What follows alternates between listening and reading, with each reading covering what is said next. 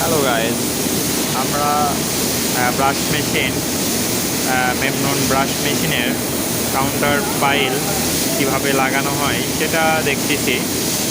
দেখতে পাচ্ছেন যে যেটা কাটা কাটা যে ইয়েটা থাকে এটার নাম হচ্ছে পাইল, এবং নিচে যে রোলারটা আছে এই রোলারটা হচ্ছে আগে রং করে নিতে হবে, তারপরে রঙের উপর দিয়ে পাইলটা লাগাইতে হবে।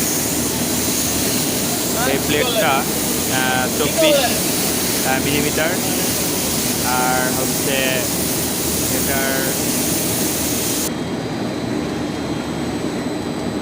ড্রাইভার আমরা না তো আটকে না পারি, এই জন্য চিল্লানো লাগবে না।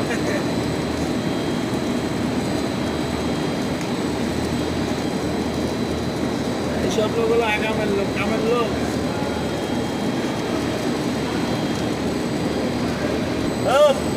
মানে আসল জায়গায় বললাম না, বেলগেট দেন।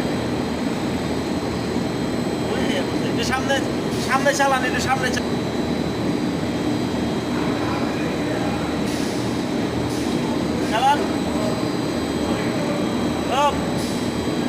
বেলগেট